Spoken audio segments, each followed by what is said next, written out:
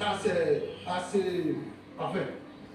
ces gens de pasteurs, qui ne connaissent pas leurs limites, qui prononcent toutes sortes de paroles, qui font tout, qui posent toutes sortes d'actes. Moi, je veux leur dire ici que ce qu'ils sont en train de faire, ce n'est pas le Seigneur qui servent. Ce n'est pas le Seigneur qui servent. Quand les gens ont des problèmes, quand les gens ont des difficultés, quand les gens ont besoin de quelqu'un pour les aider, c'est nous qui lui viennent voir. Donc, tout ce que tu as fait avant, tu détruis ça. Tu as aidé quelqu'un, il est parti à l'école, il a eu du travail, et tout ça là, tu détruis ça aujourd'hui.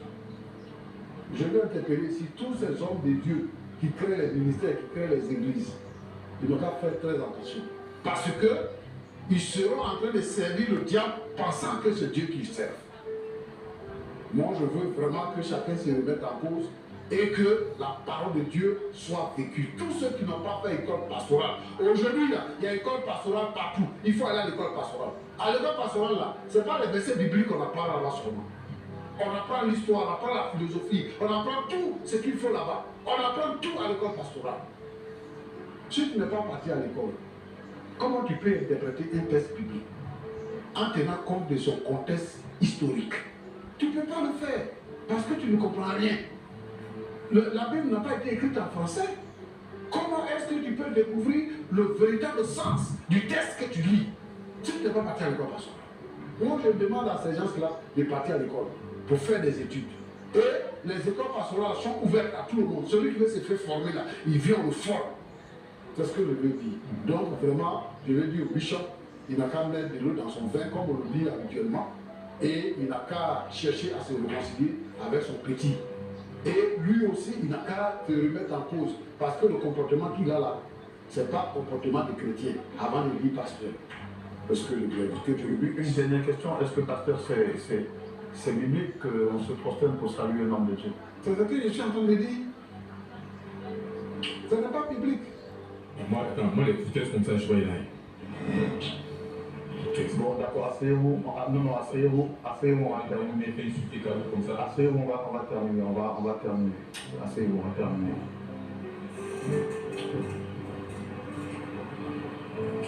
D'accord.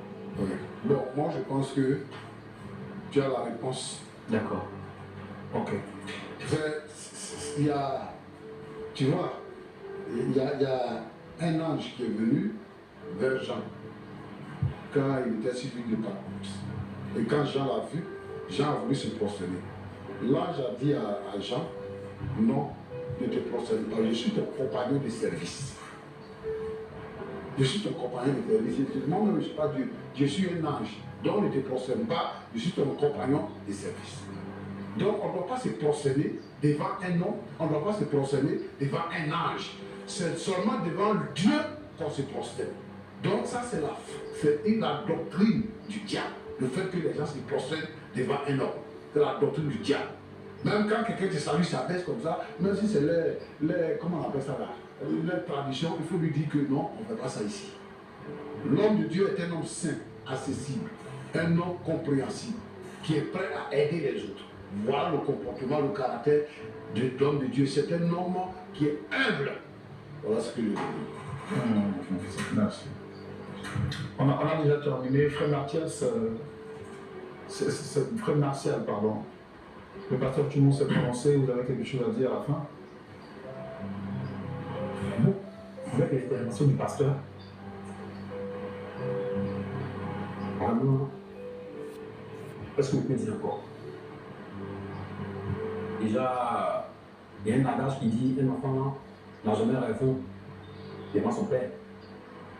Et vu que l'homme de Dieu il est comme un père pour moi, c'est quelqu'un qui m'a recueilli chez lui à la maison lorsque j'avais plus besoin d'un toit pour dormir.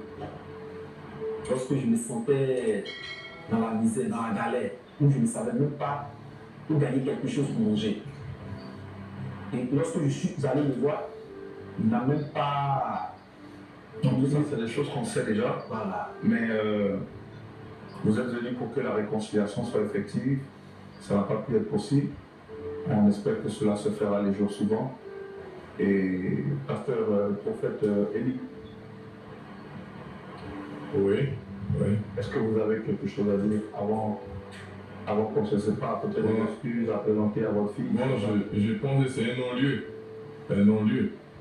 Après m'avoir ridiculisé, je pense que moi, je vais dire quoi ici? Pour le foutaise même.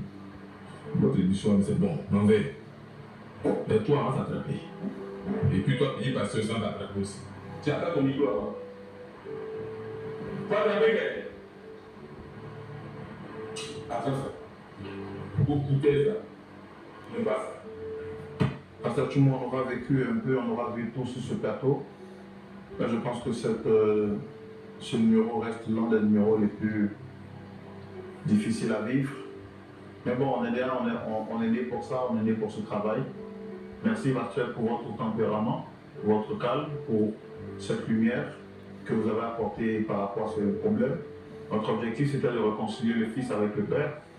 Malheureusement, nous avons vu un homme imbu de sa personne. Mais nous savons que par la prière, Dieu incline le cœur des rois comme un courant d'eau. Alors on va demander à ce qu'on prie pour se dire au revoir. L'église du Seigneur est menacée.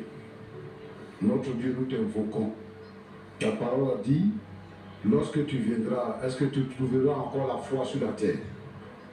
Seigneur Jésus, toutes ces personnes, ces hommes, ces femmes, qui se sont égarés et qui pensent te servir alors qu'ils sont en train de servir le diable, je te prie pour chacun. Je te prie pour ces soi-disant pasteurs, prophètes, bishop, archibishop. Seigneur notre Dieu, qui ne sont pas tes serviteurs. Je veux te demander, Seigneur, de les éclairer par ta parole. De les éclairer afin que, Seigneur notre Dieu, puisse découvrir ce que tu es et qu'ils puissent t'accepter. Tu dis que lorsque un homme est aveugle et qu'il conduit d'autres aveugles, les deux finiront par tomber dans un trou. Et ces serviteurs aveugles qui n'ont aucune notion de la parole de Dieu sont en train d'induire les gens en erreur. Tu es la lumière. Seigneur notre Dieu, fasse en sorte que la lumière brille sur les hommes et les femmes pour qu'ils puissent te découvrir en réalité. Et que Seigneur notre Dieu, notre Père, tu sois béni. Touche le cœur de tous ceux qui sont perdus